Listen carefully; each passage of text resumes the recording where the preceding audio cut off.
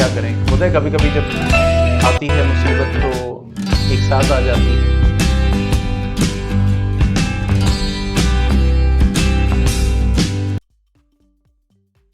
Okay, so good evening and welcome to the first lecture of आगे present आगे भाई बाहर खड़े। हाँ real welcome to the first lecture of electricity.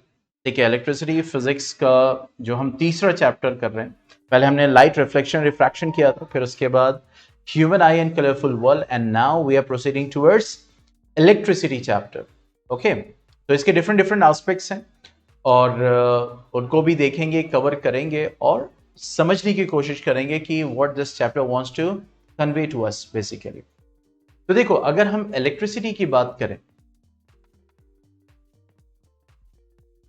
Okay, electricity की बात करें तो जैसे हम जानते हैं कि दुनिया में वंडर्स होते रहते हैं, ठीक है, और जितने भी वंडर्स होते हैं, जैसे अगर हम एंशिएंट टाइम के देखें और फिर उसके बाद मॉडर्न वर्ल्ड के देखें, तो वंडर्स चेंज होते रहते हैं। इसीलिए अगर हम सिविलाइज्ड वर्ल्ड की बात करें, मतलब ये जो वर्ल्ड जिसमें हम रह रहे हैं, ठीक है, राइट नाउ जो चल रहा है, तो सिविलाइज्ड वर्ल्ड के इलेक्ट्रिसिटी भी एक वंडर माना जाता है। Means it is a wonder of modern civilised world. क्योंकि आज अब देखो कल का ही लेक्चर कल की हम लोग की क्लास अफेक्टेड क्यों हुई? इलेक्ट्रिसिटी नहीं थी। बात समझ में? इलेक्ट्रिसिटी का सप्लाई नहीं आ रहा था प्रॉपर, कट ऑफ हो गया, प्रॉब्लम आ गई, तो अब उस इलेक्ट्रिसिटी के ना होने की वजह से क्लास अफेक्टेड हुई। तो इससे आप अंदाजा लगा सकते हो कि डे टू डे लाइफ में हमारे जो इलेक्ट्रिसिटी है बेसिकली वो कितना इन्वॉल्व हो चुका है। ऑलमोस्ट सारी चीजें सब इलेक्ट्रिसिटी डिपेंडेंट है, सब इलेक्ट्रिसिटी। आप जो गाड़ी चला रहे हो उसमें बैटरी लगती है, वो भी आपको इलेक्ट्रिक करंट प्रोवाइड करती है। उसके बाद आपका फ्यूल यूज होता है for further carrying on. Numerical भी करवाना अरे हाँ, बिना न्यूमेरिकल के कैसे होगा अच्छा, मैंने आज कैसे हो पाएगा भाई? वो तो टॉपिक पे डिपेंड करेगा। अरे जैसे जैसे टॉपिक होगा, करंट होगा, फिर उसके बाद वोल्टेज होगा,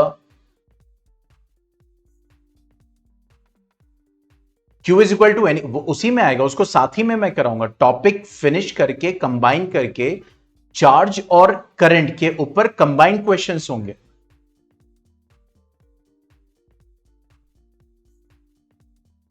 ठीक है, मतलब एक उसका एक पैटर्न है पढ़ाने का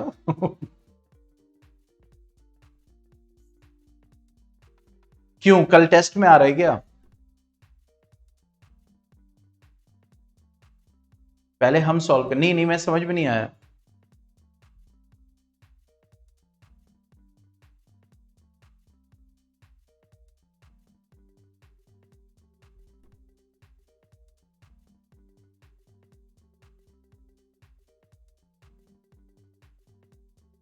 हाँ ठीक है, उसको मैं मतलब डिजाइन करूंगा उस चीज को। देखो दिव्या, मैं यही कह रहा हूं कि जो हम पढ़ रहे हैं ना, वो चीजें जो होती हैं, क्योंकि बहुत सारी चीजें माइंड में रखनी होती हैं, मैं बिल्कुल सॉल्व भी करवाऊंगा, मैं असाइनमेंट में भी दूंगा, सारी चीजें होंगी। लेकिन एक लेक्चर मींस मतलब एक प्रोजेक्ट करना पड़ता है जस्ट फॉर मतलब एज अ रिकॉर्ड ऑल्सो ना। ठीक है, अब मैं क्वेश्चन लिखूंगा, सब कुछ आपसे ही सॉल्व करवाऊंगा सारे क्वेश्चंस, तो फिर यहां पे क्या रहेगा? वो सब कंबाइन करके चलेंगे, ठीक है, मिक्स करके चलेंगे जैसे मैं कराता हूं। ठीक है, क्योंकि लेक्चर्स और चैप्टर्स को टाइम पे भी तो खत्म होना होता है। वो सब कुछ करवाऊंगा, डोंट वरी।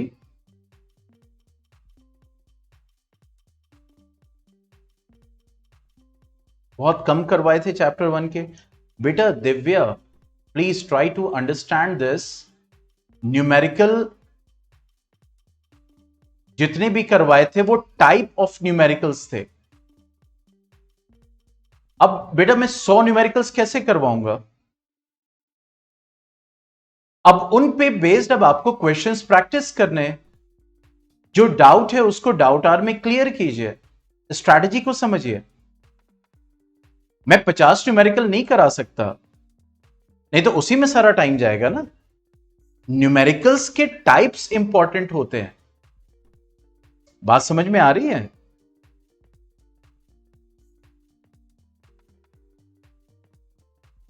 तो कम नहीं करवाएं आपको न्यूमेरिकल, जो है मैंने टाइप्स ऑफ न्यूमेरिकल सॉल्व करवाएं। अब आप जब क्वेश्चन सर्च आउट करोगे, एक एक क्वेश्चन ऐसे थे जिसमें 3-3 क्वेश्चंस इन्वॉल्व थे, यस और नो?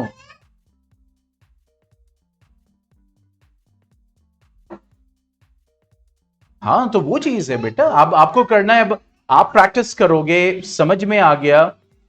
अब ये नहीं होगा। अब मैथमेटिक्स में कितने क्वेश्चन होता है आप ये बताओ, R S Agarwal, R D Sharma को मिला दो, कितने क्वेश्चन है? तो मैथमेटिक्स जब हम सॉल्व करते हैं, एक तो एनसीईआरटी है, प्लस उसके बाद वो क्या होते हैं, वो टाइप ऑफ क्वेश्चंस होते हैं।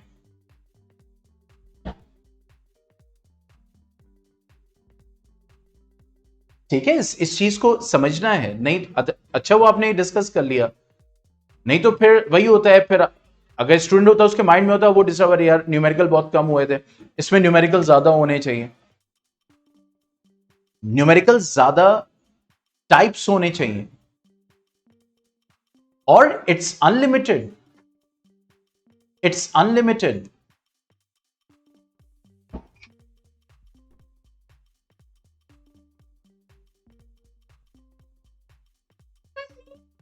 Wait a second.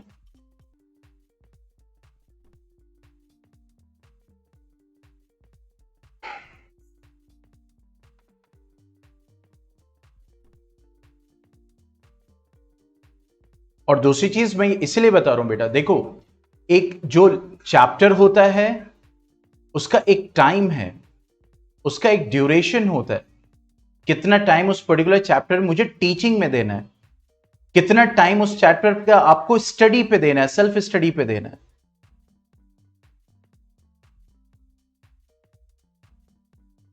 ठीक है, मुझे आप लोग को पढ़ाना भी है और साथ साथ एक कंटेंट भी रेडी करना है। अब मान लो अभी मैं ये चैप्टर नहीं पढ़ा रहा होता है, मैं आप इस सेशन में हो, मैं आपसे कहूंगा बेटा पिछले सेशन का वीडियो देख लेना अगर आपको कोई प्रॉब्लम हो, उसमें कुछ होना चाहिए ना, और उसमें ऐसा कंटेंट होना चाहिए जो मोस्ट ऑफ द स्टूडेंट्स को कवर करे।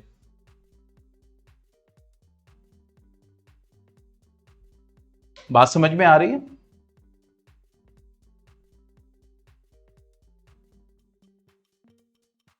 ठीक है, तो यहां पे हमने देखा कि इलेक्ट्रिसिटी बेसिकली क्या है, it's a wonder of the modern civilised world basically, क्योंकि आज के जमाने में हर चीज इलेक्ट्रिसिटी डिपेंडेंट है, और इसके अपने एडवांटेजेस भी हैं।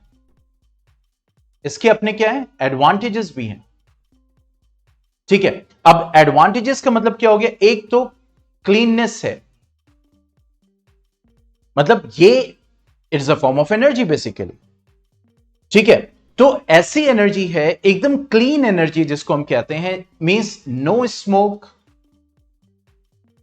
जैसे बाकी कुछ ऐसी फॉर्म ऑफ एनर्जीज है जिनको हासिल करने के लिए हमें बर्निंग करनी पड़ती है, ये स्मेल। ठीक है, तो it is what, a cleanness, there is a cleanness in this energy. Next one flexibility है for the operation of different different devices. अगर हम वोल्टेज की बात करें, बहुत सारे डिवाइसेस 9 वोल्ट पे काम करते हैं, बहुत सारे डिवाइसेस 12 वोल्ट पे काम करते हैं, बहुत सारे डिवाइसेस 110 वोल्ट पे काम करते हैं, बहुत सारे डिवाइसेस 220 वोल्ट पे काम करते हैं। तो there is a flexibility in terms of voltages we can get, means हम एक अलग अलग लेवल पे काम कर सकते हैं और कर रहे हैं। ठीक है, तीसरा क्या एडवांटेज है इसका, इट्स एफिशिएंट। एफिशिएंसी किसको कहते हैं? एफिशिएंसी मतलब जाहिर सी बात है एनर्जी, आप इस एनर्जी को यूज करोगे। इलेक्ट्रिसिटी से आप क्या यूज कर रहे हो, इसकी एनर्जी यूज कर रहे हो, उस एनर्जी को यूज कर रहे हो टू रन योर डिवाइसेस। तो जितनी एनर्जी आप यूज कर रहे हो उसका आप मैक्सिमम गेन कर पा रहे हो, उसका मैक्सिमम आउटपुट ले पा रहे हो, तो वही तो एफिशिएंसी होगी। पता चला आप इतना जो है वो for example cow dung cake जला रहे हो, इतना जलाने के बाद आपको जरा सी एनर्जी मिल रही है, तो it will not be considered as efficiency. मतलब हम ये कहेंगे उसकी एफिशिएंसी ज्यादा नहीं है, क्योंकि उसका आउटपुट प्लस उसका यूजेज, कि किस फॉर्म में आप उसका आउटपुट ले रहे हो, तो that should be related, that should be proportionate. तो इसीलिए अगर हम इलेक्ट्रिसिटी की बात करें तो it is having what, an efficiency in terms of, and for long distances easy transmission, nothing you have to do, तार कनेक्ट कर दो, आराम से पहुंच जाएगी। सो easy transmission of energy for long distances. Okay, for long distances. ठीक है, तो ये कुछ एडवांटेजेस हैं जो एसोसिएटेड हैं किससे, that is the electricity basically. ठीक है, तो इस चैप्टर में यही हम करने वाले हैं। हम क्या सबसे पहले डिस्कस करेंगे, इलेक्ट्रिसिटी का बेसिक कॉन्सेप्ट, उसको हम डिस्कस करेंगे। फिर उसके बाद हम डिस्कस करेंगे इलेक्ट्रिसिटी का हीटिंग इफेक्ट, कि जब वो डिवाइस में रन करता है तो हीटिंग इफेक्ट प्रोड्यूस करता है, मैग्नेटिक इफेक्ट प्रोड्यूस करता है, जो कि नेक्स्ट चैप्टर है, magnetic effect of electric current.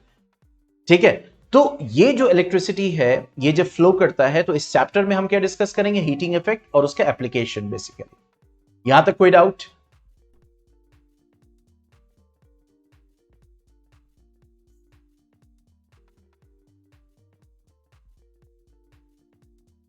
कोई क्वेश्चन माइंड में, एनीथिंग?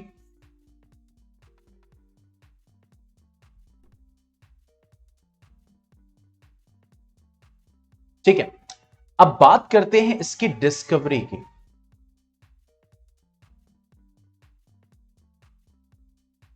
ओके, अच्छा, अगर डिस्कवरी की बात करी जाए तो अगर सही माने में बताऊं तो ऐसा कुछ एग्जैक्ट डेटा नहीं है कि मतलब हम ये नहीं बोल सकते कि एग्जैक्टली ये कब डिस्कवर हुई, लेकिन जो डेटा मौजूद है, मतलब जो मतलब लिखा हुआ मौजूद है, जो मतलब डॉक्यूमेंटेड है बेसिकली, जिसको हम कह सकते हैं, तो अराउंड 600 BC इसकी डिस्कवरी। ठीक, एक मटेरियल था जिसको हम क्या बोलते हैं, एम्बर, और इसीलिए इलेक्ट्रॉन जो ग्रीक वर्ड है उसका मतलब ही होता है एम्बर, वहीं से ये टर्म इलेक्ट्रिसिटी आया। ठीक है, तो अराउंड 600 BC इसकी डिस्कवरी हुई, और थेल्स ऑफ मेलाइटस, या हम कह सकते हैं कि माइलेटस, उन्होंने ये डिस्कवर किया अराउंड 600 BC, मींस तकरीबन आप समझ सकते हैं 545 546 BC और 640 के करीब करीब, ग्रीस में उन्होंने ये ऑब्जर्व किया था, मतलब attraction of amber towards straw. मतलब उन्होंने क्या ऑब्जर्व किया था, अट्रैक्शन, ऑब्वियसली वो स्टैटिक इलेक्ट्रिसिटी था, attraction of amber towards straw. Okay, amber का अट्रैक्शन स्ट्रॉ की तरफ, जैसे आज करते हैं ना, हम स्केल को रगड़ते हैं फिर उसके बाद पेपर, बचपन में खेला करते थे, तो ऐसे ही उन्होंने देखा, वो चीज डिस्कवर की, इसीलिए कहा जाता है कि मतलब इलेक्ट्रिसिटी का कॉन्सेप्ट वहां से आया दिमाग में। ठीक है, और फिर उसके बाद फर्दर और चीजें होती चलेगी। तो थेल्स ऑफ माइलेटस जो ग्रीस के थे, basically one of the 7th wise man of Greece जिसको कहते हैं। ठीक है, तो उन्होंने ये इसीलिए वहां से ये टर्म, क्योंकि एम्बर ग्रीक में हम इलेक्ट्रॉन कहते हैं इसको, ठीक है, that's why it is called what, the electricity. उसके बाद अगर हम बात करें second, that is sir William Gilbert, sir William Gilbert. ठीक है, ये सेकेंड मतलब डॉक्यूमेंटेड, जिसको हम कह सकते हैं अराउंड यू कैन से 1500 to 1600 AD के बीच में। उन्होंने दूसरा सब्सटेंस सेम उसी तरीके से, मतलब उसी प्रॉपर्टी पे बेस्ड ढूंढा, और क्या था पता है आपको? शायद 8th में पढ़ा हो, याद हो, अक्सर एग्जाम्पल दिया जाता है जब हम स्टैटिक इलेक्ट्रिसिटी की बात करते हैं।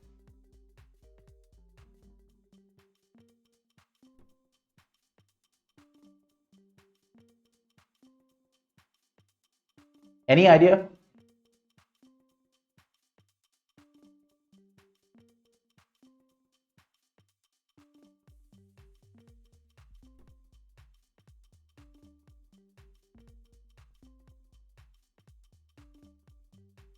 Yeah, he discovered what? The glass rod. Rubbed with silk, उसमें ये प्रॉपर्टी को स्टडी किया बेसिकली। हमने आपने शायद पढ़ा होगा एबेनॉइड रॉड रब विथ फर, ये सब एग्जांपल हम लेते हैं to study this static electricity basically. ठीक है, तो ये डिस्कवर किया। फिर उसके बाद अगर हम बात करें बीस, there was another you can say man, that was Charles Francois Dufay. ठीक है, इन्होंने क्या बताया, इन्होंने कहा कि there are two kinds of electricity. इन्होंने क्या कहा, there are two kinds of electricity.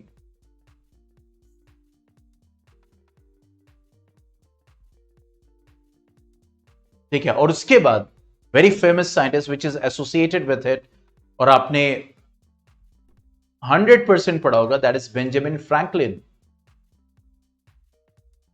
जो चार्जेस के बारे में इन्होंने बताया कि हाँ, टू काइंड्स ऑफ इलेक्ट्रिसिटी होती है, और जो ग्लास रॉड हम सिल्क से रब करते हैं, उसके ऊपर जो चार्ज डेवलप करता है, उसके ऊपर जो इलेक्ट्रिसिटी डेवलप करती है, ठीक है, उसको उन्होंने क्या बोला, पॉजिटिव। और ये कहा कि जो एबेनॉइड रॉड रब करते हैं किसके ऊपर, फर के ऊपर, दैट इज व्हाट, निगेटिव। उसको उन्होंने निगेटिव, अब ऐसा नहीं वो plus plus plus minus minus minus के फॉर्म में टहल रहा है, उसका ऑपोजिट नेचर है। बात समझ में आ रही है? Ebonite that is a material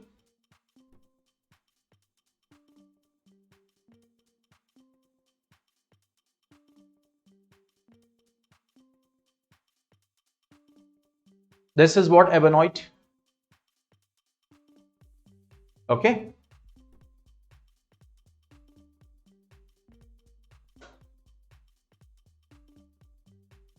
तो ये उन्होंने कहा yes there is a two kind of electricity and they call what, positive and negative, means glass rod with silk and ebonite rod with fur, so that's why we consider what, positive or negative। ठीक है, बात समझ में आ गई?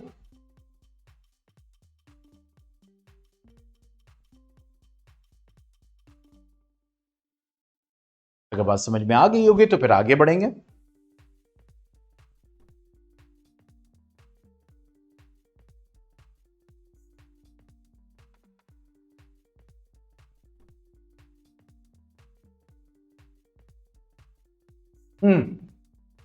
Yes,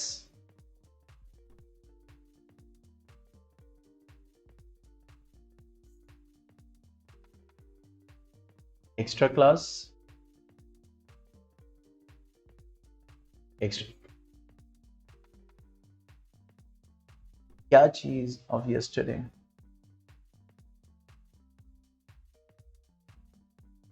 Divya बेटा अभी इस lecture पे फोकस कीजिए,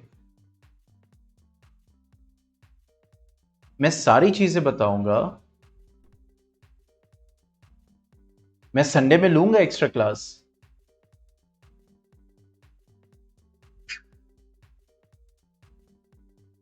और मैं वो नोटिफाई करूंगा, ऐप पे भी नोटिफाई करूंगा, ऐप ही पे नोटिफाई करूंगा, जाहिर सी बात है, और क्लास में भी बताऊंगा। मैं अभी ये पूछ रहा हूं बेटा, यहां पे कोई डाउट या क्वेश्चन?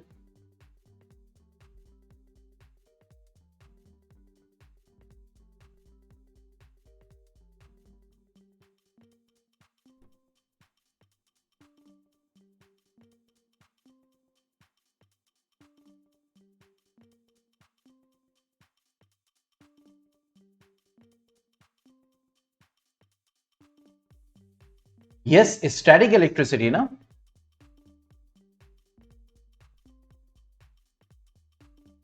बेंजामिन फ्रैंकलिन के तो बहुत बड़ी डिस्कवरी एसोसिएटेड है, पूरी पतंग उड़ा दी थी उन्होंने इस चार्ज को समझने के लिए। Basically flow of charge will give the current, that is the latter part. इन्होंने बकायदा पतंग उड़ा दी थी थंडर स्टॉर्म में, मेटल की बांध दिया था, सिल्क थ्रेड, और पूरा ऊंचाई तक पतंग उड़ा दी थी। वहां से पे जब फ्रॉम चार्जेस, यस,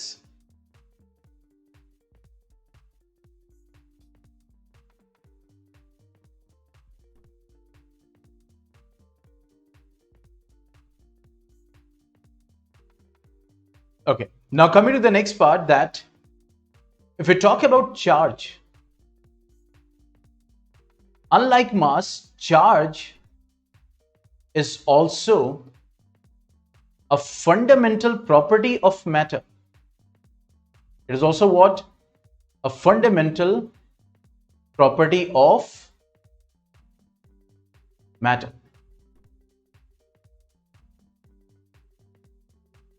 ठीक है, जैसे मास क्या है? मास can neither be created not destroyed, ठीक है। और फंडामेंटल किसको कहते हैं? Basic property. अगर मैटर है तो उसके पास मास होगा, तो मैटर है उसके पास चार्ज होगा। इक्वल चार्ज है तो वो बॉडी न्यूट्रल हो जाएगी, लेकिन चार्ज विल एग्जिस्ट। इसीलिए चार्ज को भी क्या बोला जाता है? मैटर का फंडामेंटल प्रॉपर्टी बोला जाता है। और अगर हम बात करें properties of charges,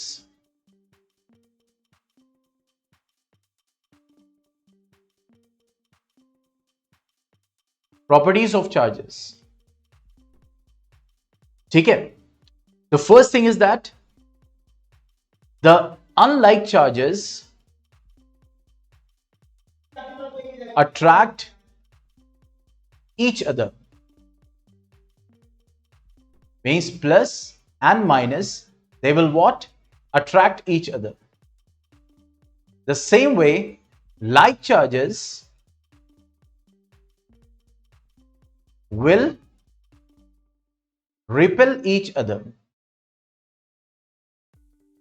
Like plus plus, they will repel each other. Minus minus, they will repel each other. ठीक है। अब अगर दो एंटिटीज हैं, दो चार्जेस हैं, दो एंटिटीज हैं, दो चार्जेस हैं, प्लस प्लस है, प्लस माइनस है, ठीक है, माइनस माइनस, दो चार्जेस है बेसिकली। तो इन दो चार्जेस के बीच में इनकी जो चार्ज की वैल्यू है और इनकी जो डिस्टेंस है, ठीक है, उस पे जो इनके बीच में फोर्स लगता है, जिसको हम क्या बोलते हैं? Electrostatic force. So that will be directly proportional to the product of the charges. That will be directly proportional to the product of the charges. And this force, which is also known as what? Electrostatics force,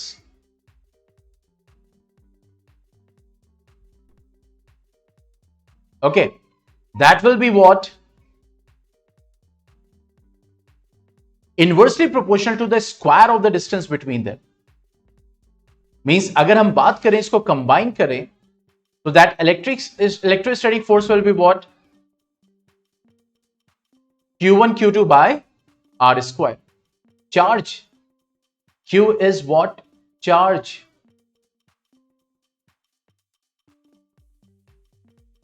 Okay, that means if we want a equal sign, we must have some constant which is K. So that will be equal to K Q1 Q2 by R square. And this K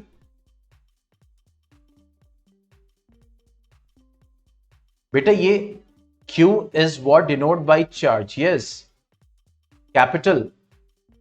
लेकिन हम charge को depending on the values small q भी use कर सकते हैं।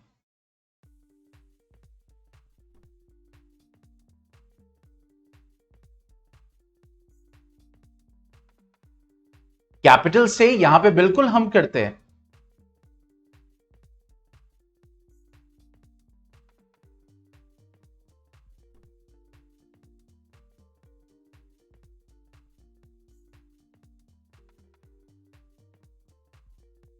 See this?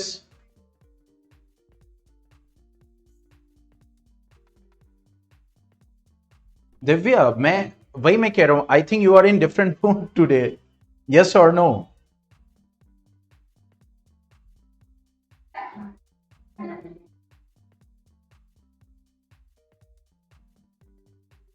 See this? Wrong नहीं है बेटा, मैं क्या कह रहा हूं आपसे, कैपिटल क्यू भी लिखते हैं, स्मॉल क्यू भी लिखते हैं, मोस्टली स्मॉल क्यू लिखते हैं।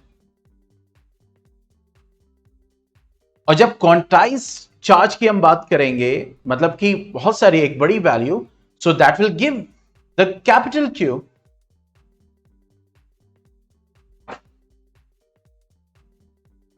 स्मॉल चार्ज है स्मॉल क्यू, बिग चार्ज है कैपिटल क्यू, दोनों यूज करते हैं।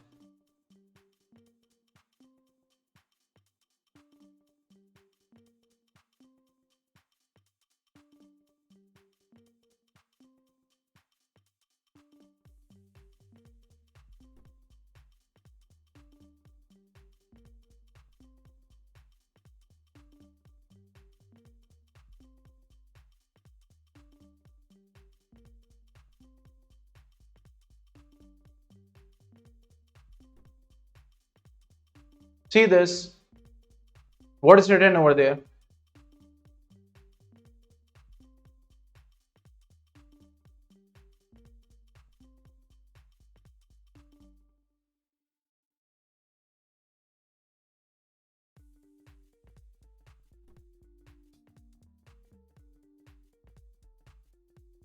सो मुझे बताना था वो, okay. So electrostatic force that is given by what?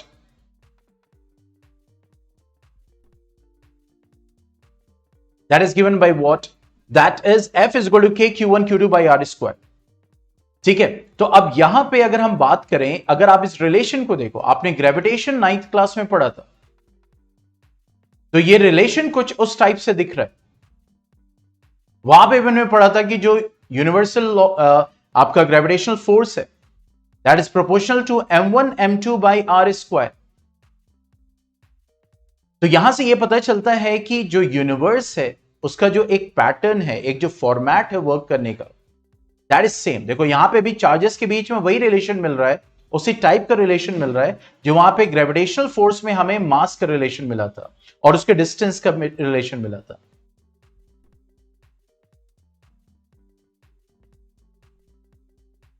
ठीक है, तो ये जो लॉ है जो इसकी बात करता है कि the force is directly proportional to the product of the charges and force is inversely proportional to the distance between them, square of the distance between them. So this law is known as what? Coulomb's law. Coulomb's law. मतलब charges की value आप बढ़ाते चले जाओगे तो जो force of attraction है वो बढ़ता चला जाएगा। चार्जेस के बीच के डिस्टेंस आप बढ़ाते चले जाओगे, इनवर्सली प्रोपोर्शनल है, तो जो डिस्टेंस है, मतलब जो फोर्स एग्जिस्ट कर रहा है, उसकी वैल्यू जो है वो उसके इनवर्सली प्रोपोर्शनल जो है वो फॉलो होगी। डिस्टेंस ज्यादा है तो इलेक्ट्रोस्टैटिक फोर्स की वैल्यू क्या होगी? कम होगी। डिस्टेंस कम है तो इलेक्ट्रोस्टैटिक फोर्स की वैल्यू क्या होगी? That will be more.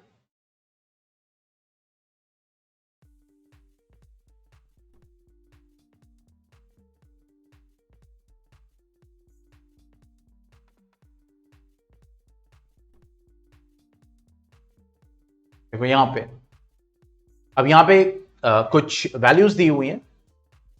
अब देखो हम यहां पे वैल्यू को बढ़ाते हैं, ये चार्जेस सेम डिस्टेंस पे हैं, अब इसकी वैल्यू को बढ़ाते हैं, तो देखो जैसे हम वैल्यू को बढ़ा रहे हैं, आप देखो फोर्स ऑफ अट्रैक्शन जो है बढ़ता चला जा रहा है, एफ की वैल्यू बढ़ती चली जा रही है। देखिए यहां पे, अभी यहां पे ऑपोजिट नेचर है, सेम नेचर कर दूंगा, ये देखो सेम नेचर है, ये भी ब्लू, ये भी ब्लू, क्या शो कर रहा है? Same nature. यहां पे प्लस माइनस, अभी हो सकता है भाई, ठीक है, हम इसको प्लस ले रहे हैं तो प्लस रेड से डिनोट हो रहा है इस सिमुलेशन में, नेगेटिव जो डिनोट हो रहा है वो ब्लू से हो रहा है, और न्यूट्रल जो हो रहा है वो क्या हो रहा है? व्हाइट से शो हो रहा है। ठीक है, तो जैसे आप देखो यहां पे हमने ये भी निगेटिव लिया है, ये भी निगेटिव लिया है, तो देखो फोर्स ऑफ रिपल्जन है, वही एफ है लेकिन रिपल्जन है। यहां पे हमने इसको भी पॉजिटिव लिया और इसको भी पॉजिटिव लिया, और इसकी वैल्यू को क्या कर रहे हैं? घटा रहे हैं, तो देखो फोर्स ऑफ रिपल्जन कम होता चला जा रहा है। सेम अपोजिट नेचर ले रहे हैं तो देखो फोर्स ऑफ क्या हो रहा है? अट्रैक्शन हो रहा है, और डिपेंडिंग कि आप वैल्यू कम कर रहे हो या ज्यादा कर रहे हो, अगर आप चार्जेस की वैल्यू को बढ़ा रहे हो तो देखो क्या हो रहा है? फोर्स ऑफ अट्रैक्शन बढ़ रहा है। ठीक है, इन द सिमिलर वे अगर हम डिस्टेंस की बात करें, देखो सेम वैल्यू, बस डिस्टेंस ज्यादा है। तो देखो जैसे ही डिस्टेंस कम कर रहे हैं तो फोर्स ऑफ अट्रैक्शन बढ़ता जा रहा है, इनवर्सली प्रोपोर्शनल। और जैसे ही अट्रैक्शन मतलब डिस्टेंस ज्यादा कर रहे हैं तो देखो फोर्स ऑफ अट्रैक्शन कम होता चला जा रहा है। This is what the Coulomb's law is basically. बात समझ में आ गई?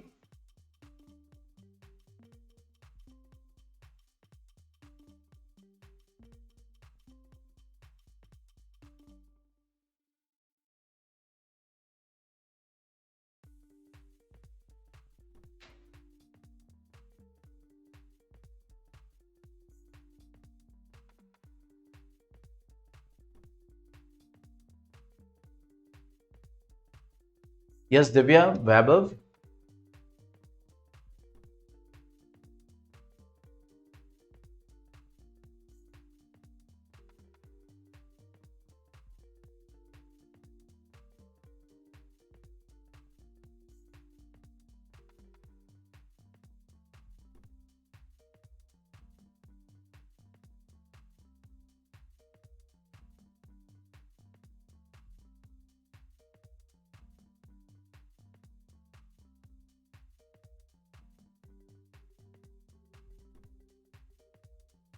Q1 is the charge, Q2 is the charge, R is the distance between the two charges.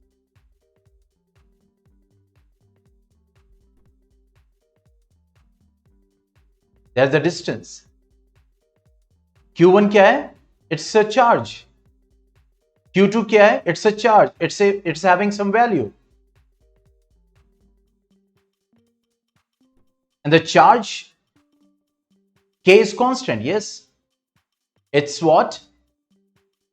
Proportionality constant.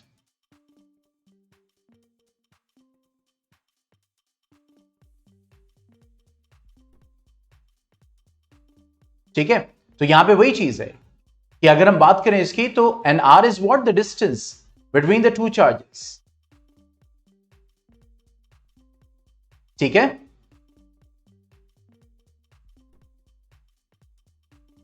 देखो यहां पे भी अगर हम न्यूटन थर्ड लॉ की बात करें, देखो यहां पे क्या रहा? Force on Q2 by Q1 and force on Q1 by Q2। अगर Q1 Q2 पे फोर्स लगाएगा तो Q2 भी Q1 पे फोर्स लगाएगा। That is what the Newton's law is.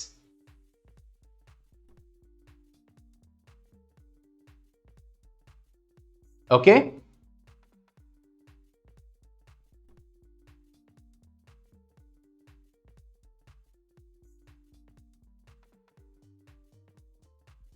आगे बढ़े। Next point, next property.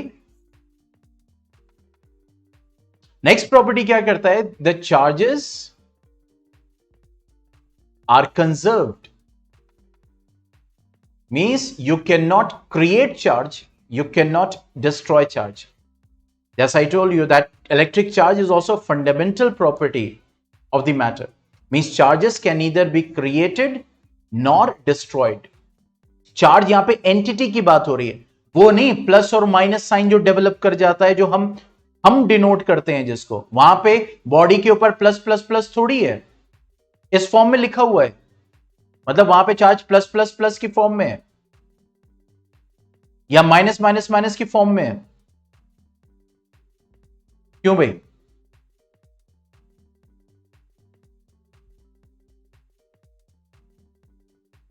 ये कन्वेंशंस तो हम लोगों ने दी है ना। प्लस माइनस क्या डिनोट कर रहा? Opposite nature. वही मैं कह रहा हूं भाई, जो चार्ज है, जैसे मैं कहा ना कि जो ग्लास रॉड सिल्क से रब किया उसके ऊपर जो चार्ज डेवलप हुआ उसको पॉजिटिव बोल दिया गया। अब अनॉइड रॉड जब फर पे डेवलप हुआ, मतलब उसके ऊपर जो चार्ज, उसको निगेटिव यानी अपोजिट नेचर था, क्योंकि जब ग्लास रॉड्स को लाया गया उसमें अट्रैक्शन और रिपल्जन दिख रहा था। तो जैसे जैसे हम आगे बढ़े फिर हमें पता चला कि भाई इलेक्ट्रॉन, प्रोटॉन, न्यूट्रॉन जैसी भी कोई चीज होती है, और इलेक्ट्रॉन बाय एक्सपेरिमेंट उसके ऊपर जो चार्ज, मतलब जो चार्ज की वैल्यू और जो चार्ज का नेचर, तो उसको क्या डिनोट किया गया? नेगेटिव। प्रोटॉन बाय एक्सपेरिमेंट देखा गया कि उसका क्या है? It is having opposite nature, उसको बोला गया क्या? Positive nature. अब बात समझ में आए? 9th क्लास में क्या था? Structure of atom.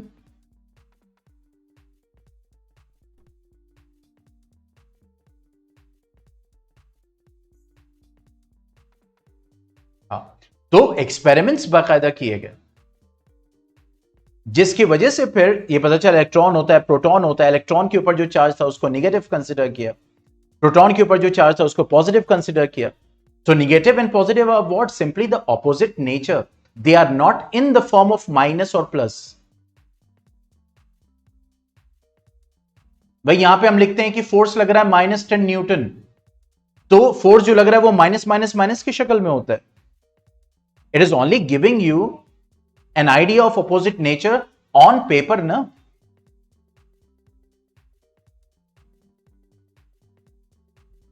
So that's why the charges can neither be created nor destroyed.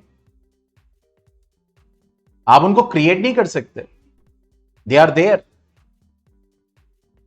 Just like energy, energy can neither be created nor destroyed. Just like mass, mass can neither be created nor destroyed. Coming to the next one, the charges are additive. The charges are what? Additive. अब जब आप charges को लेंगे, भाई इसके ऊपर इतना charge है, उसके ऊपर इतना चार्ज है, इसके ऊपर 1 कूलम है, 2 कूलम है, तो टोटल कितना हो जाएगा? तो टोटल चार्जेस को ऐड कर दो। यानी एक बॉडी है उसके ऊपर 1 कूलम चार्ज है, दूसरी बॉडी उसके ऊपर 2 कूलम चार्ज है, दोनों साथ में आ गए तो 3 coulomb. They are additive in nature. Total charge जो होगा वो इंडिविजुअल चार्जेस का सम करो, वो नेट चार्ज निकल के आ जाएगा। Simple. And the last one is that the smallest quantity, you can say the minimum charge,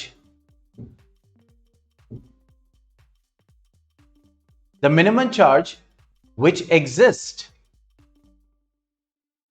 in nature in independent form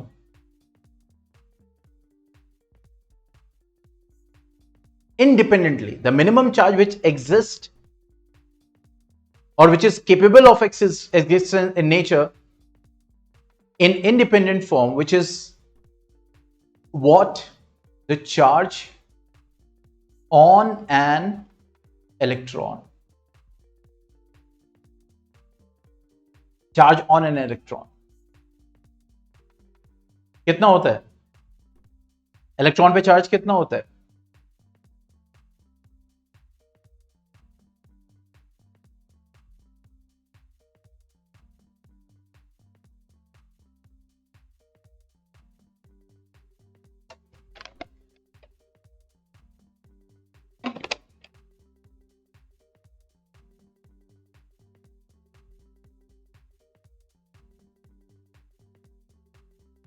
Yes, that is 1.6 into 10 to the power minus 19 coulomb. Coulomb is the SI unit of charge. ठीक है, तो charge जो होता है इसकी जो SI unit होती है वो क्या होती है? कूलम। और ये कैपिटल C से डिनोट किया जाता है। तो 1.6 into 10 to the power minus 19 coulomb is the charge on an electron.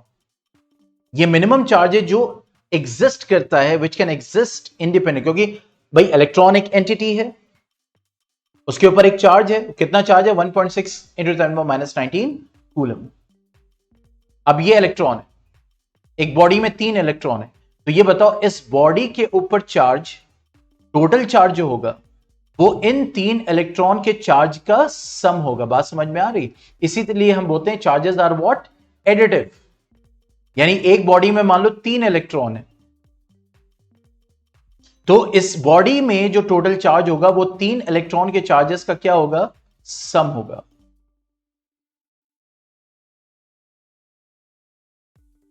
ठीक है, तो इसका मतलब जो टोटल चार्ज इस बॉडी पे होगा that is Q, that will be equal to the number of electron and the charge on each electron. Q is equal to Ne. Okay, means Q is what? The total charge. N is what? The number of electrons. And E is what? The charge on an electron, that is 1.6 into 10⁻⁻19 coulomb. ये है। तो इसका मतलब जो charges हैं वो means वो additive है and it is giving a total charge to a body. तो इसीलिए जो बॉडी में चार्ज होगा उसको हम डिनोट करेंगे क्या, कैपिटल को। ये जो छोटे छोटे चार्जेस होंगे इसको हम डिनोट करेंगे किससे, that is q is equal to what, that is q1 plus q2 plus q3 plus dot dot dot dot dot qn। अब बात समझ में आ गई।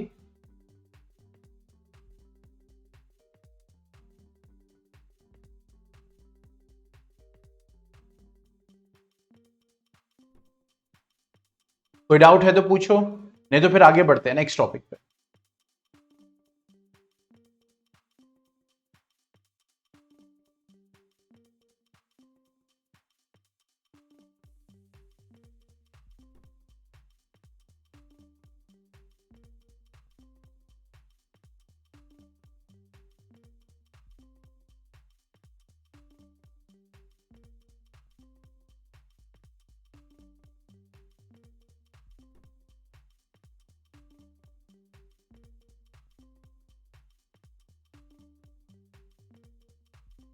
कुछ नहीं पूछना इसमें से, सब क्लियर हो गया चार्जेस के बारे में, उसकी प्रॉपर्टीज के बारे में।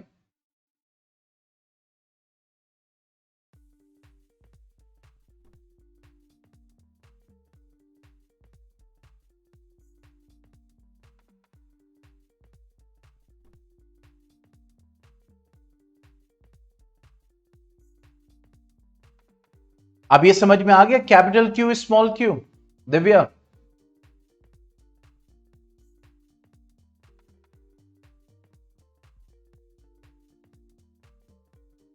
अच्छा आज ये बताओ, आज आज इतना ज्यादा मतलब आपके चैट से लग रहा था आप मतलब बहुत ज्यादा कुछ कम टाइम में जाना चाह रही थी, ऐसा क्यों,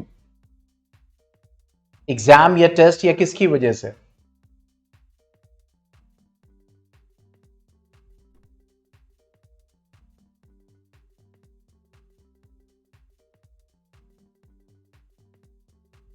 नहीं अभी शुरू में जब हम कर रहे थे तो आपने कहा सर न्यूमेरिकल एंड ऑल, फिर बीच में एक्स्ट्रा क्लासेस कब होंगी, फिर उसके बाद क्यू एंड क्यू।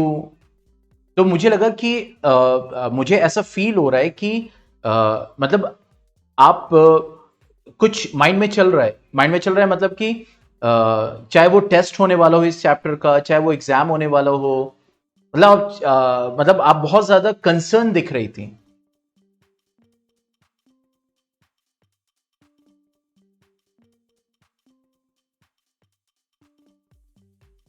क्योंकि बाकी लेक्चर्स में ऐसा नहीं होता, ऐसा नहीं हुआ बेसिकली, तो वो मैं कंसर्न जानना चाह रहा था।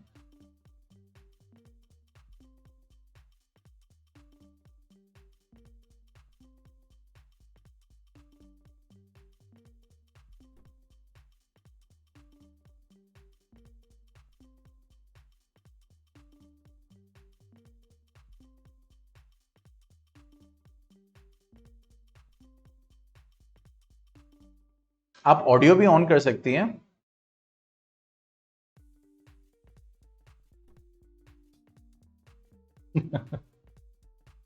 कहीं जाना है संडे में इसलिए पूछ रही थी।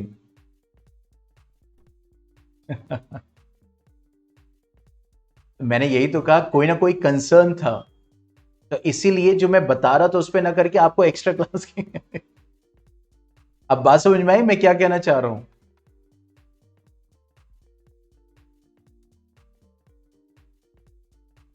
नहीं अभी भी समझ में आई।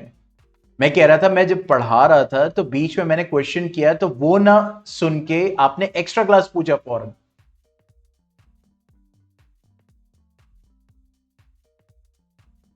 तो वही इसका मतलब कंसर्न दिमाग में था ना कि संडे को कहीं जाना, पता नहीं मैं जाऊंगी तो फिर सर उस वक्त टाइम रख देंगे तो फिर क्या होगा।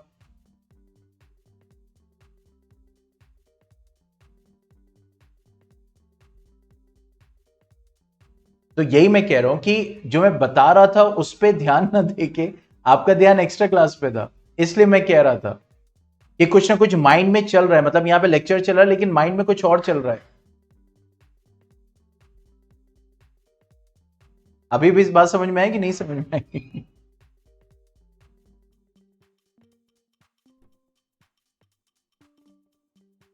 नहीं समझ में आई? आगे चलेगा। अगर लंबा चौड़ा स्टेटमेंट है तो आप ऑडियो यूज कर सकते हैं। ये याद रखिएगा, तो वो रिकॉर्डिंग में भी आएगा और पहला लेक्चर वैसे ही पब्लिक होता है। आगे बढ़े।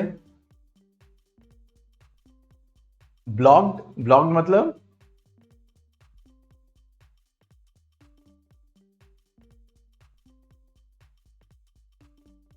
ऑडियो ब्लॉक नहीं है।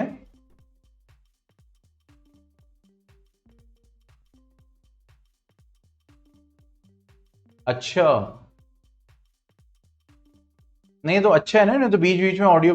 हाँ राइट राइट, मैंने क्यों किया है ये सेटिंग, क्योंकि अभी क्या हो रहा था कि जो और दूसरी क्लासेस थे उसमें जो है वो ऑडियो ऑन हो जा रहा था सबका और वो घर की आवाजें आना शुरू हो जा रही थी, इसलिए मैंने ब्लॉक किया था। तो आप रेज हैंड कर सकते हैं, मुझे पता चल जाएगा।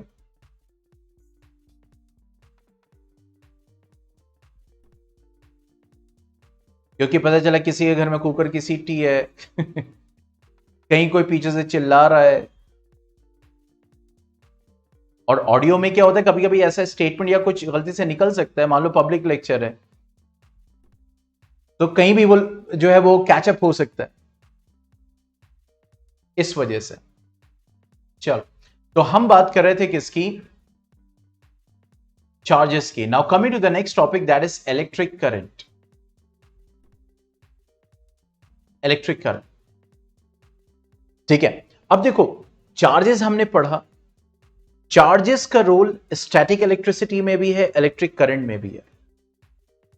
स्टैटिक इलेक्ट्रिसिटी में बॉडी का जो सरफेस होता है, यानी जो इंसुलेटर होता है बेसिकली, उसका जो सरफेस होता है उस पे ये चार्ज डेवलप करते हैं ड्यू टू ट्रांसफर, लेकिन मूव नहीं करते, इसलिए उसको हम स्टैटिक इलेक्ट्रिसिटी कहते हैं।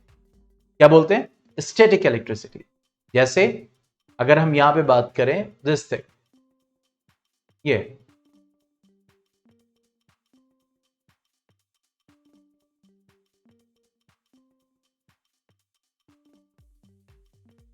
सी दिस, अब यहां पे एक स्वेटर है आपके सामने, अब देखो इसमें प्लस माइनस, ओवरऑल क्या है, न्यूट्रल चार्जेस होंगे।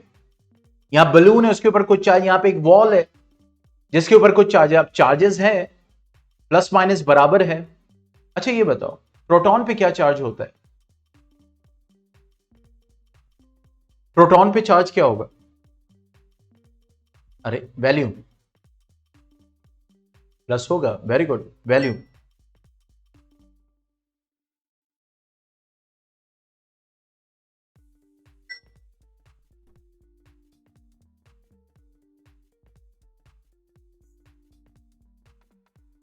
यस वैभव।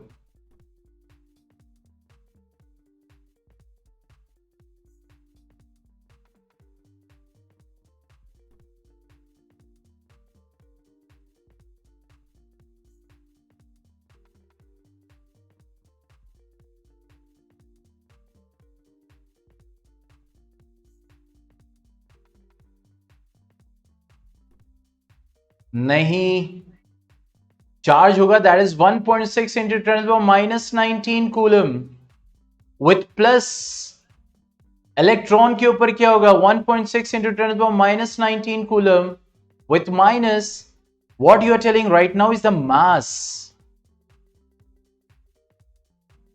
बात समझ में आ गई?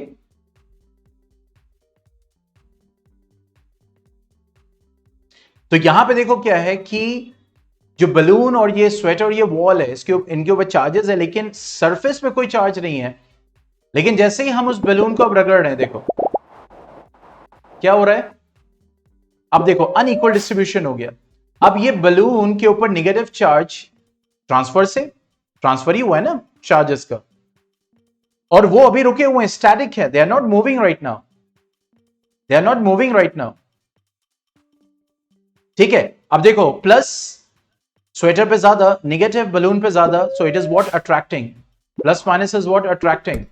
और देखो यहां पे क्या हो रहा है, see this, more negative is there, so it is repelling the charge, that is negative charge in the wall, but it is not disturbing. अब ये देखो बलून इस पे अट्रैक्ट नहीं हो रहा है, यहां पे हुआ क्यों?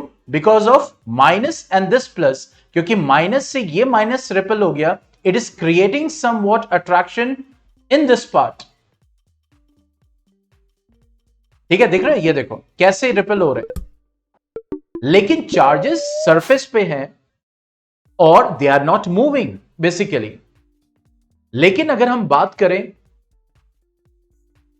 सेम चार्जेस की, बट दे आर मूविंग,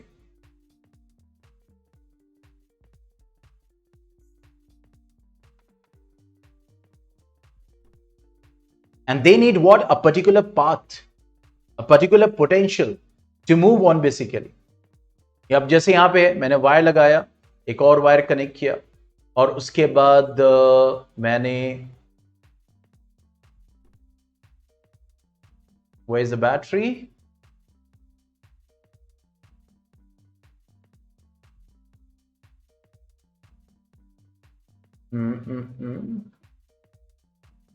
अच्छा, लैब ये है, okay okay. Now there is a battery, there is a wire। अब देखो यहां पे चार्ज शो कर रहा है आपको, सी दिस चार्जेस, ठीक है। मैंने वायर कनेक्ट किया, कुछ मैं रेजिस्टर लगा देता हूं यहां पे कुछ वैल्यू का, ठीक है। देखो यहां पे मैं स्विच लगा देता हूं, और फिर उसके बाद इसको कनेक्ट कर देता हूं इससे। They are also having what? The charges, ठीक है। कुछ रेजिस्टेंस का बढ़ा देता हूं। अब यहां पे, अब मैं जैसे स्विच ऑन करूंगा, देखो देख रहे हैं क्या हो रहा है?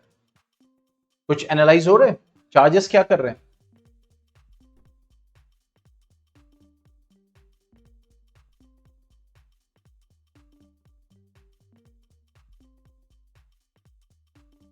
अब चार्जेस मूव कर रहे हैं, फ्लो कर रहे हैं, और इनका एक ऑर्डर्ड मोशन है। मतलब एक, जैसे ही आपने एक पोटेंशियल दिया उनको, अब वो चार्ज एक ऑर्डर्ड मोशन में मूव कर रहे हैं। तो ये जो चार्जेस का ऑर्डर्ड मोशन है, ये it is called what? The electric current. So an electric current is defined as the ordered motion of electric charges. What is defined as? An electric current is defined as the ordered motion of electric charges. ऐसा नहीं randomly move कर रहे हैं, there is ordered motion of it, ठीक है। और इसीलिए मतलब ये तो इलेक्ट्रिक करंट का एक बेसिकली क्वालिटी का डेफिनेशन हो गया। It is giving you the quality, it is telling you the means what electric current is basically. मतलब इलेक्ट्रिक करंट है क्या? तो जब चार्जेस एक ऑर्डर्ड मोशन मूव करते हैं, तो that is called what? The electric current. It's a current basically which is giving you what? Energy, और उसी एनर्जी को हम यूटिलाइज करते हैं। हम इलेक्ट्रॉन को नहीं यूटिलाइज करते, we are not utilising electron. इनके मूवमेंट से जो एनर्जी प्रोड्यूस हो रही है, देखो मैं इसका रेजिस्टेंस कम कर देता हूं, जैसे ही रेजिस्टेंस कम करूंगा देखो स्पीड बढ़ गई, रेजिस्टेंस कम किया, रेजिस्टेंस कम, देखो स्पीड बढ़ गई, ठीक है। तो यहां पे वही है कि ये क्या है? ये जो इलेक्ट्रॉन का मूवमेंट है, इससे जो एनर्जी जनरेट, जिसको हम इलेक्ट्रिकल एनर्जी कहते हैं, उस एनर्जी को हम यूटिलाइज करते हैं, ठीक है। तो यहां पे वही चीज कही जा रही है कि ऑर्डर्ड मोशन जो है वो क्या है। लेकिन अगर क्वांटिटेटिवली बात करें, क्वांटिटेटिवली मतलब ऐसी डेफिनेशन जिससे हमें क्वांटिटी का पता चले कि इलेक्ट्रिक चार्ज कितना, how much electricity, how much electric current, तो वो डेफिनेशन क्या है? That is the rate of electric current is defined as the rate of flow of electric charge. This is another definition which gives you the quantity of electric current, the rate of flow of electric charge. यानी per unit time में, rate मतलब क्या हो गया? Per unit time में, ऐसा unit second ही होगा, तो पर यूनिट टाइम में कितना चार्ज फ्लो करेगा वो इलेक्ट्रिक करंट बताएगा। बात समझ में आ रही? सो इसीलिए अगर हम बात करें, so electric current will be equal to what? That is the charge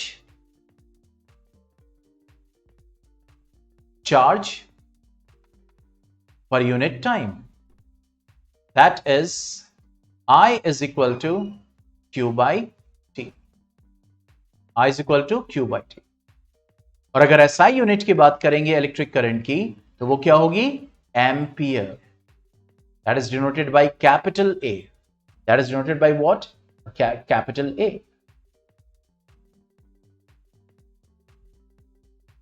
ठीक है, एम्पियर यूनिट दिया गया था, दैट इज एंड्रे मारी एम्पियर के नाम पे. एंड्रे मारी ampere.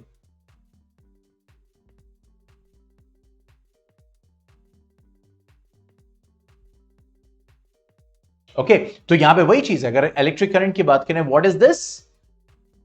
Ordered motion of charges. जो इक्वालिटी की बात कर रहे हैं इस वक्त. क्वांटिटी की अगर बात करें कितना, तो that is a rate of flow of charge. Means per unit time में कितना चार्ज फ्लो करेगा, कितना चार्ज फ्लो कर रहा है, वो क्या देगा?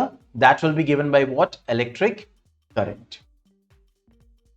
इसीलिए अगर हम बात करें, ये तो एसआई यूनिट हो गई, तो I is equal to Q by T है. ठीक है, तो I की यूनिट क्या है? एम्पियर. कूलम चार्ज की यूनिट क्या है? SI unit C. और टाइम की क्या है? सेकेंड. तो इसीलिए हम ये कह सकते हैं 1 ampere is also 1 coulomb per second. This is another unit of what? Electricity. Coulomb per second. ठीक है, तो यहां पे हम लेक्चर को रोकते हैं और संडे में इसी के आगे बढ़ाएंगे. ठीक है, इलेक्ट्रिसिटी को आगे मतलब समझेंगे, डिफाइन 1 एम्पियर एंड ऑल, उसको समझेंगे.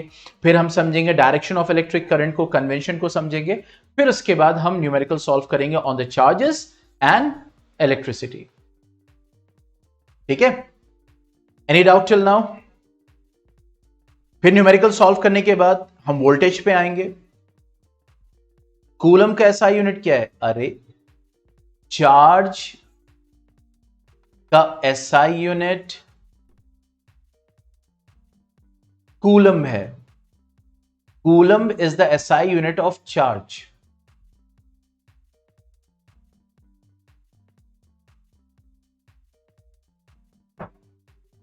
और वैसे भी देखो, कैपिटल Q की जगह हमने क्या रखा? C रखा. तो इसका मतलब capital Q is denoting what? Charge. So C is denoting what? The unit of charge. Small t is what? Time. और टाइम की जगह हमने क्या रखा? सेकेंड. सब SI unit. So coulomb is the SI unit of charge. Yes, any doubt? Any question?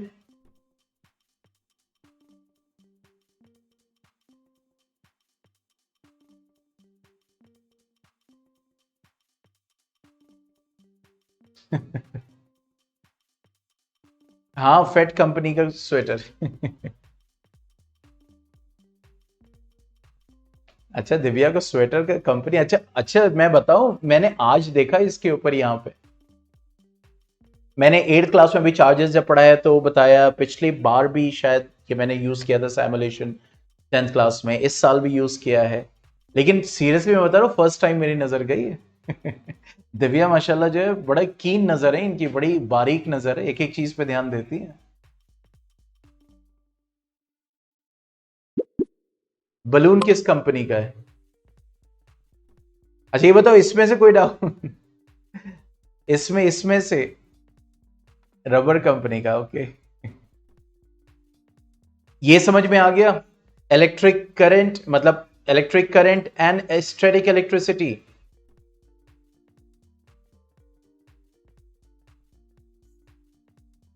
अब देखो, इस सिमुलेशन को जब हम सॉल्व करेंगे ना, न्यूमेरिकल रेजिस्टेंस पे जब सॉल्व करेंगे, ठीक है, और बेसिकली रेजिस्टेंस पे मैं इसको यूज करता हूं. तो जो वैल्यूज क्वेश्चन में दी होंगी रेजिस्टर्स की, उन सारी जो कंडीशन दी होगी, फिर वो बनाएंगे यहां पे. और फिर देखेंगे कि हमने जो कैलकुलेट किया है, क्योंकि सबसे ज्यादा टाइम इस चैप्टर में रेजिस्टेंस में जाता है, इसलिए मैं कह रहा हूं बहुत लंबा चैप्टर होने वाला है ये. तो सबसे ज्यादा टाइम रेजिस्टेंस पे जाता है। रेजिस्टेंस में भी I am again reminding you Divya, type of questions पे हम वर्क करते हैं। कॉन्सेप्ट स्ट्रैटेजी सब में सेम रहती है, ठीक है। तो हम वहां पे क्या करेंगे, क्वेश्चंस को देखेंगे और फिर उसको यहां पे हम सैमुलेशन में बनाएंगे और देखेंगे जो हमने वैल्यू कैलकुलेट की है फाइनली, वो यहां पे प्रैक्टिकली आ रही है कि नहीं आ रही है। ये हमने पिछले साल भी किया था, उसके पिछले साल भी किया था, और वो वीडियोस शायद अवेलेबल भी हैं, आपको लेक्चर्स में मिल जाएंगे, और वो अच्छे से एक कॉन्सेप्ट मिल जाता है, ठीक है। Anything else you want to से?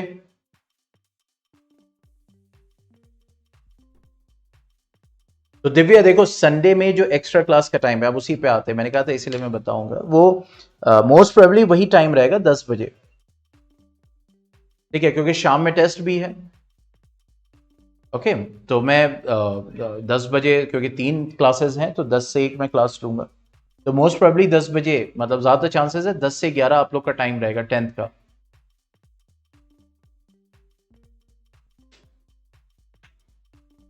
इसलिए मैं पहले से बता रहा हूं, आपने पूछा था ना।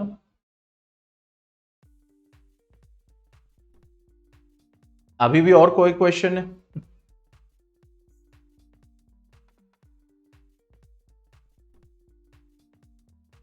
अरे क्वेश्चन पूछिए, और कोई?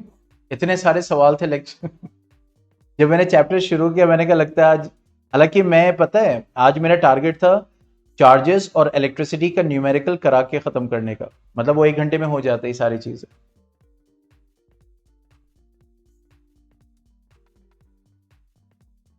चलो कोई नहीं, संडे में करेंगे, फिर आगे पोटेंशियल के कॉन्सेप्ट को समझेंगे, वोल्टेज, इलेक्ट्रिक पोटेंशियल, ये सारी चीजें।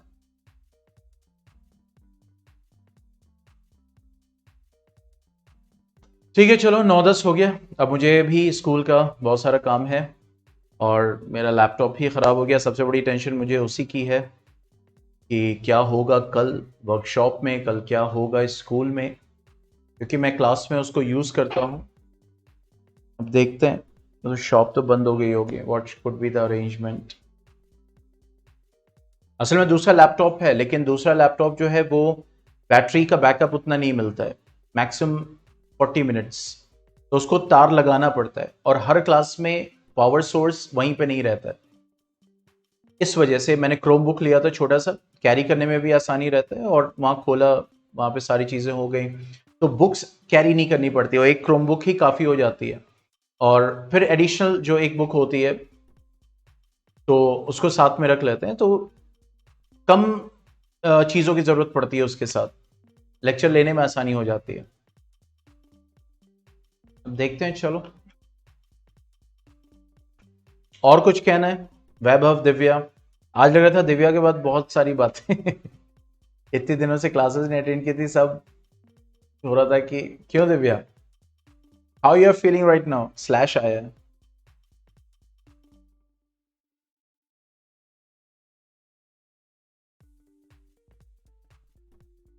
अब मैं सोचा जब लेक्चर एंड करेंगे दिव्या से पूछेंगे और क्या क्या बातें हैं, व्हाट यू वांट टू से।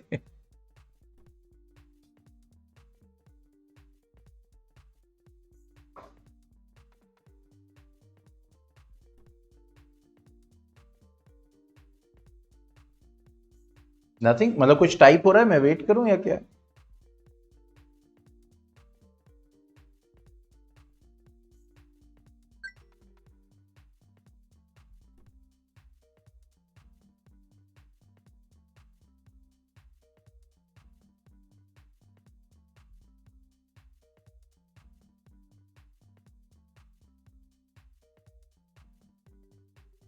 यस दिव्या।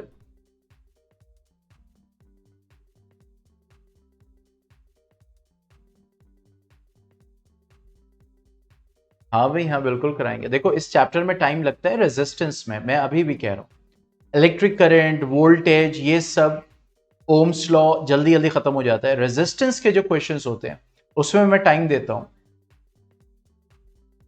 एसिड वाला कराओगे बायो का? अरे एसिड वाला एसिड बेसिस केमिस्ट्री का है।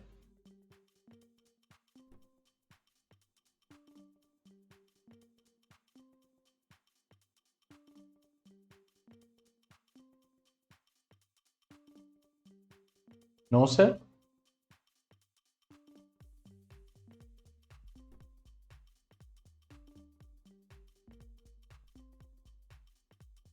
अच्छा लो, मैं ऑडियो ऑन कर देना, तुम बोल लो।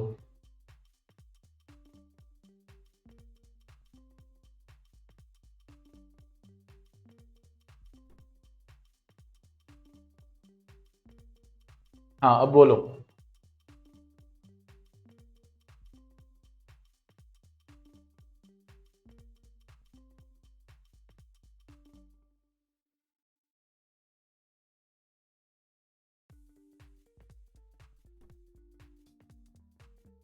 यस दिव्या।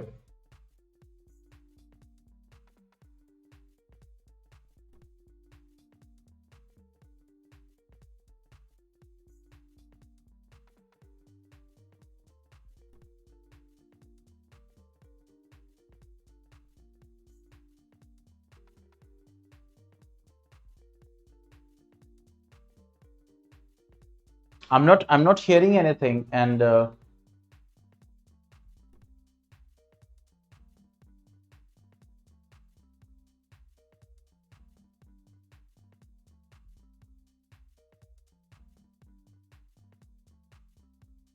देखिए दिव्या, मैं आपको बताऊं कि एक चीज एग्जाम्स में अगर आ रहा है, देखो मैं फिर से इस चीज को बता रहा हूं, मैंने शुरू में भी बताया था कि जो चैप्टर्स होते हैं, क्योंकि देखो एग्जाम्स का सबका स्कूल का अलग अलग मॉड्यूल होता है बेटा,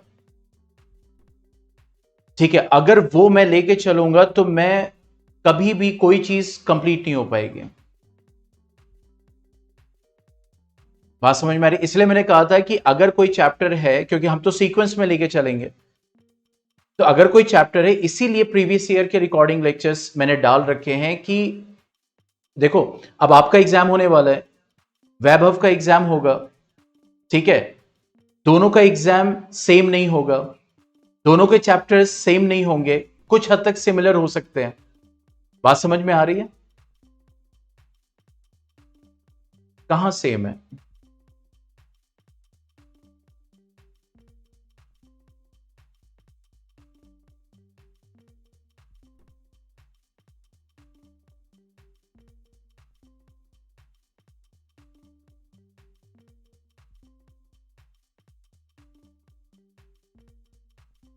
वैभव आपका एग्जाम कब से है बेटा?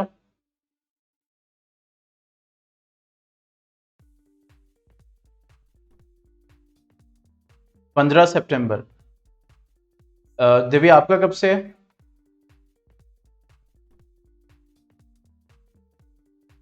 15 से। चलो, सेम चैप्टर आ रहे हैं दोनों में, कैसे पता आप दोनों को?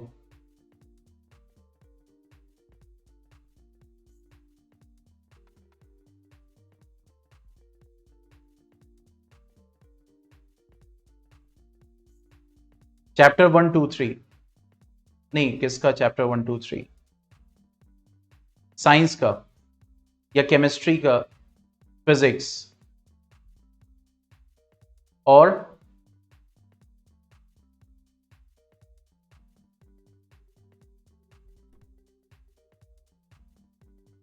1 and 3 bio, okay. Then 1 to 5 chemistry.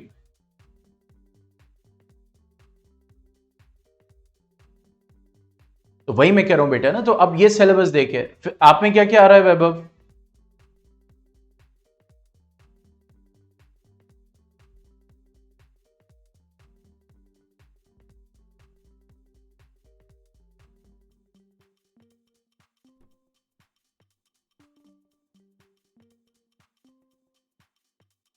इसलिए आप लोग परेशान हो जाते हो। मैं फिर से बोर्ड को ओपन कर रहा हूं, फिर से मैं इस चीज को एक्सप्लेन कर रहा हूं। You have to understand the practical situations. अब देखो यहां पे आपने लिखा क्या? Chapter 1 2 3 physics, 1 and 3 bio and 1 to 5 chemistry. यही तो है।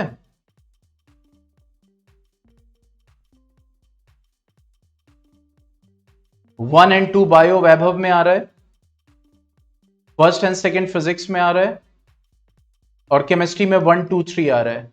अब बताओ बेटा ये कैसे हो गया? मतलब अगर आप देखो तो मैं 1 2 3 4 केमिस्ट्री के चैप्टर पढ़ा दूं, 1 2 3 बायो के चैप्टर पढ़ा दूं, और 1 2 3 जो है यहां पे, ये तो फिजिक्स का तो चलो कॉमन है, यहां पे कम है। ये बताओ इज इट प्रैक्टिकली पॉसिबल कि मैं सारे चैप्टर्स एक साथ पढ़ाऊं?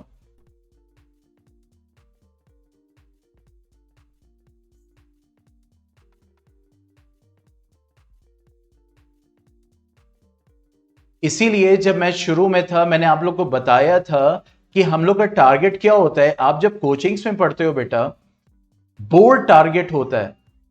किसी का एग्जाम पहले शुरू होता है, ये तो इत्तेफाक की बात है आप ही दोनों 10th में हो, तो यहां पे किसी का एग्जाम पहले शुरू हो रहा है, किसी का एग्जाम बाद में शुरू हो रहा है, किसी का कुछ चैप्टर्स आ रहे हैं, किसी का कुछ चैप्टर्स कॉम्बिनेशन आ रहे हैं।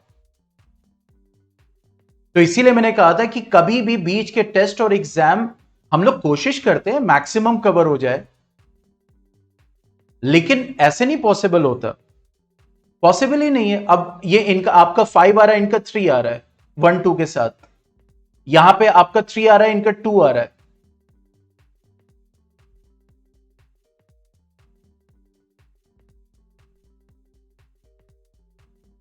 देखो दिव्या, प्री बोर्ड से पहले पहले क्लास को फिनिश कर देते हैं। एग्जाम में क्लास नहीं होती। एग्जाम में क्लास क्यों होगी अभी? तो ये आपका बोर्ड्स है, सितंबर में बोर्ड्स कहां होगा?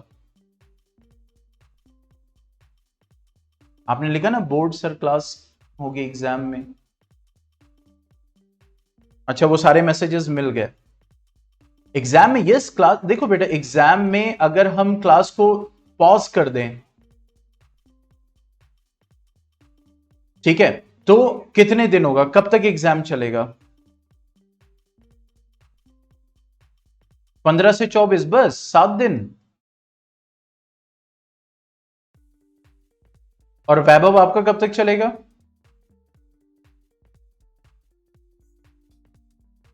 May be 30। अब ये बताइए दिव्या, मैं 30 तक क्लास ना लूं? मतलब आप क्या चाहते, क्लास लूं या ना लूं एग्जाम में?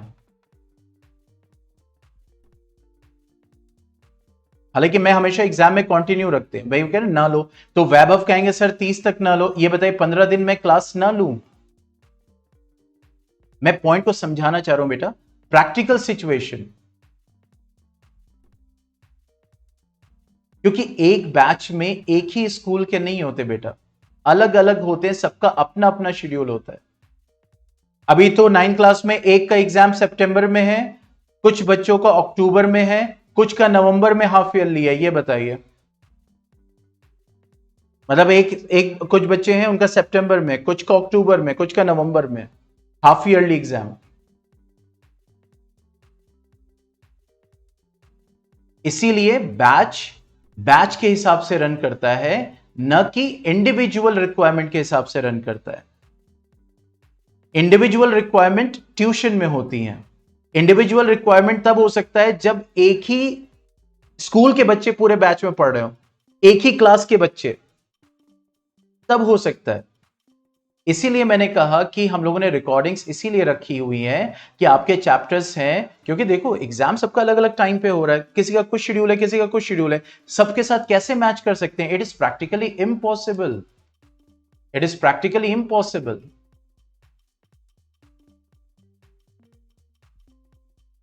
इसीलिए मैं कहता हूं कि जब कोई भी चैप्टर कुछ है, डीसीडीएच क्यों नहीं यूटिलाइज करते? पिछले सालों में, पिछले सेशंस तक मैं 2000, डीसीडीएच आज से नहीं है, मैं 2013 से चला रहा हूं डीसीडीएच, और हमेशा से। अभी तो 2 बच्चे हैं ना, इससे पहले तो और होते थे, इससे और होते थे, पूरे 20-20 बच्चों का बैच होता था, कोविड से पहले की बात कर रहा हूं। हर स्कूल के अलग अलग बच्चे। अब क्या होता है, जिनका जो चैप्टर हो गया है और जिनका रह गया है, तो वो क्या करते थे, सेल्फ स्टडी करते थे, डाउट्स में पूछते थे, क्योंकि इट इज नॉट पॉसिबल। आप खुद सोचिए, मतलब लॉजिक लगाइए यहां पे, कैसा पॉसिबल है?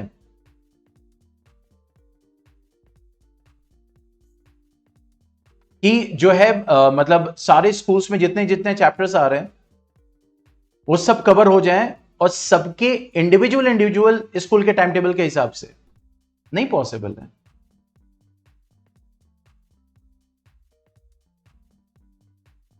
ठीक है, तो हम इसी हिसाब से मैं कह रहा हूं मेरा टारगेट है कोर्स कंप्लीशन, ये मेरा रास्ता है, बोर्ड्स ये मेरा रास्ता है। अब किसी के एग्जाम यहां लाई कर रहे हैं, किसी के एग्जाम यहां लाई कर रहे हैं, किसी के एग्जाम यहां लाई कर रहे हैं। ठीक है, और क्लासेस, अगर क्लासेस होती हैं तो एग्जाम्स के दौरान मैं क्या करता हूं कि जो क्लासेस होती हैं तो मैं ये नहीं कहता कि असाइनमेंट दे रहा हूं, क्विज दे रहा हूं, उसमें ये होता है कि अटेंड कर लीजिए, जस्ट अटेंड इट, सिंपल। अगर टेस्ट शेड्यूल है, एग्जाम है, एग्जाम पे फोकस कीजिए, टेस्ट मत अटेंड कीजिए अजीजिया का, डोंट वरी फॉर दैट। लेकिन कुछ स्टूडेंट्स होते हैं एग्जाम भी चल रहा है, टेस्ट भी दे रहे हैं, उससे उनको फायदा भी हो रहा है। इत्तेफाक से पता चला कि मैथ का एग्जाम होने वाला है, उसके जस्ट एक दिन पहले संडे पड़ रहा है और उसमें वही चैप्टर्स आ रहे हैं इत्तेफाक से। ठीक है, तो इसीलिए मैं कहता हूं, मैं जब भी आपने देखा होगा जब मैं लेक्चर लेता हूं तो भाई जिसके जो जो चैप्टर पढ़ाए जा रहे हैं स्कूल में, तो पहले कोशिश करते हैं उनको कवर करने के लिए। अब एक है चैप्टर 1 चल रहा है, किसी के में चैप्टर 3 चल रहा है, दूसरे में चैप्टर 2 चल रहा है। इसलिए मैथमेटिक्स जब मैंने पढ़ाया कि चलो ठीक है 2 बच्चे हैं, चलो पूछ के मैं कर लेता हूं, लेकिन आपको पता है मैं पहले जो है first second third fourth cover करता हूं, फिर उसके बाद 14th एंड 15th कवर करता हूं, उसके बाद हम आते हैं जियोमेट्री पे। ये मेरा हमेशा से सीक्वेंस रहता है, 1 सेकेंड थर्ड फोर्थ ये कवर करना, 14 15। क्यों? क्योंकि ज्यादातर ये मेरा एक्सपीरियंस है कि जब शुरू के टेस्ट होते हैं बच्चों के तो टीचर्स इसी में से जनरली देते हैं चैप्टर, जनरली आमतौर से, चेंजेस कर सकते हैं वो लोग, और हर स्कूल अपने हिसाब से चेंज करता है। बात समझ में आ रही है? तो अगर कोई चैप्टर नहीं हो, मेरा पॉइंट ये, अगर कोई चैप्टर नहीं हो रहा उस डेट तक, मैं अभी भी कह रहा हूं रिकॉर्डिंग्स हैं पिछले सेशन की, आप उनको साइड बाय साइड देखो, डीसीडीएच अटेंड करो। ठीक है, उसमें परेशान नहीं होने की जरूरत है। मेरा मकसद था इतनी बात करने का, साइकोलॉजिकली परेशान नहीं होना है।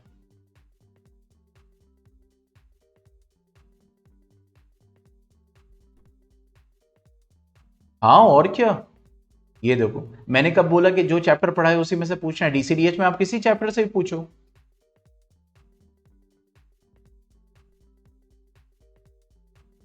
अब ये है कि पहले से बता दीजिए मुझे, इसलिए मैं क्या क्या क्यों कहता हूं कि जब उस वक्त होते हैं, अब डीसीडीएच में कभी एक बच्चा है, कभी 3 3 बच्चे होते हैं, कभी 2 2 बच्चे होते हैं, इसीलिए मैं कहता हूं जो क्वेश्चन से पहले से सेंड कर दो। क्यों? ताकि उस वक्त मैं जब प्रोजेक्ट करता हूं तो टाइम नहीं लगता है। अब पता चला मैं बैठा हूं, बच्चा सेंड कर रहा है, फोटो ले रहा है, क्वेश्चन को सेंड कर रहा है, तो कम टाइम में मैं ज्यादा बता पाता हूं। अब पता चला कि वो भी सीक्वेंस में बताता हूं। अब एक बच्चे ने ज्वाइन किया, पहले उसको बताऊंगा। अब जैसे मान लो डाउट्स पूछने जाते हैं आप किसी टीचर से, अब वो किसी को बता रहा होगा तो आप वेट करते हैं ना।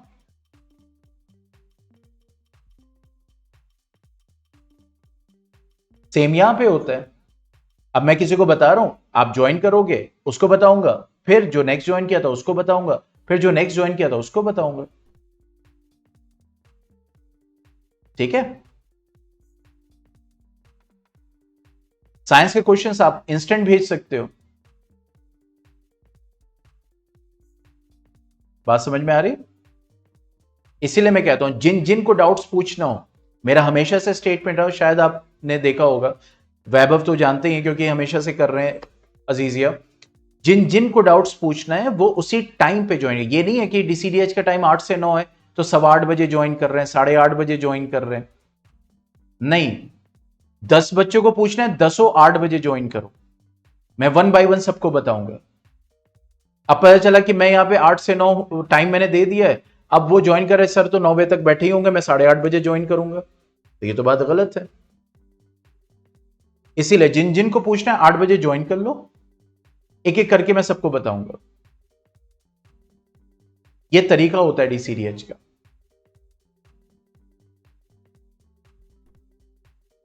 Anything else?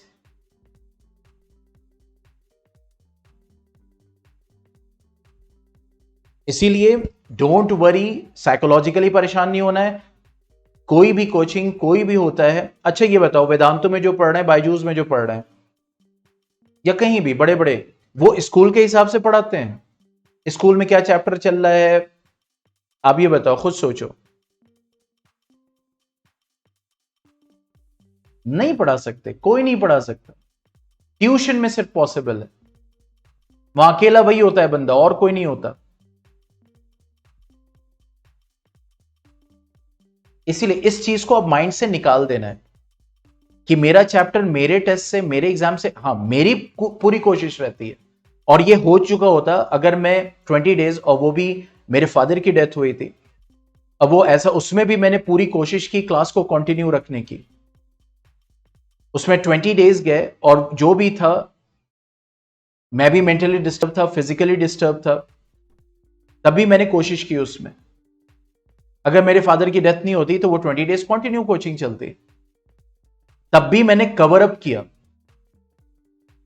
आपका कोर्स लैगिंग नहीं चल रहा है, it is going on time.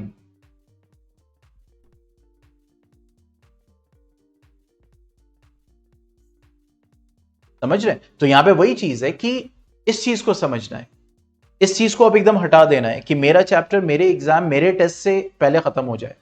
हाँ मेरी कोशिश रहेगी जिनके जो जो चैप्टर पढ़ाए जा रहे हैं मैं एक एक करके उसको कवर अप करूंगा। नहीं है, नहीं हो पाया, रिकॉर्डिंग्स ऑलरेडी है पिछले सेशन की, उसको समझो। नहीं समझ में आ रहा डीसीडीएच में क्लियर करो। एकदम सीधी सी स्ट्रैटेजी है और बच्चे यूज कर रहे हैं इस स्ट्रैटेजी को हमेशा से।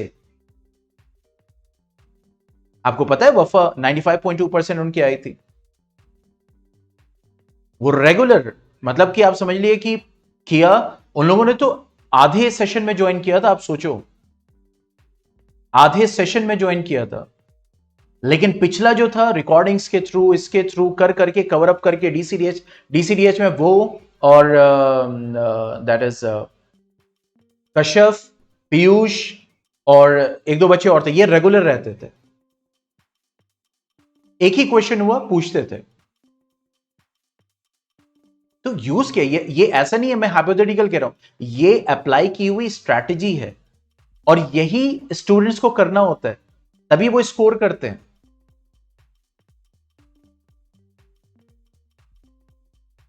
ठीक है, और मैं आपको बताऊं ये फर्स्ट टाइम नहीं है, इसलिए मैं पहले से समझा देता हूं सारी चीजें। हर साल स्टूडेंट्स को ये मतलब दिक्कत नहीं आती, मतलब ये वो परेशान रहते हैं कि मेरा चैप्टर मेरे टेस्ट से पहले क्यों नहीं कवर हो रहा है। मैं हर साल यही उनको बताता हूं। जब वो साइकोलॉजिकली सेटिस्फाई हो जाते हैं फिर उसके बाद अपने हिसाब से करना शुरू कर देते हैं। बात समझ में आ गई दिव्या? वैभव, वैभव तो जानते ही हैं क्योंकि ही इज ओल्ड स्टूडेंट।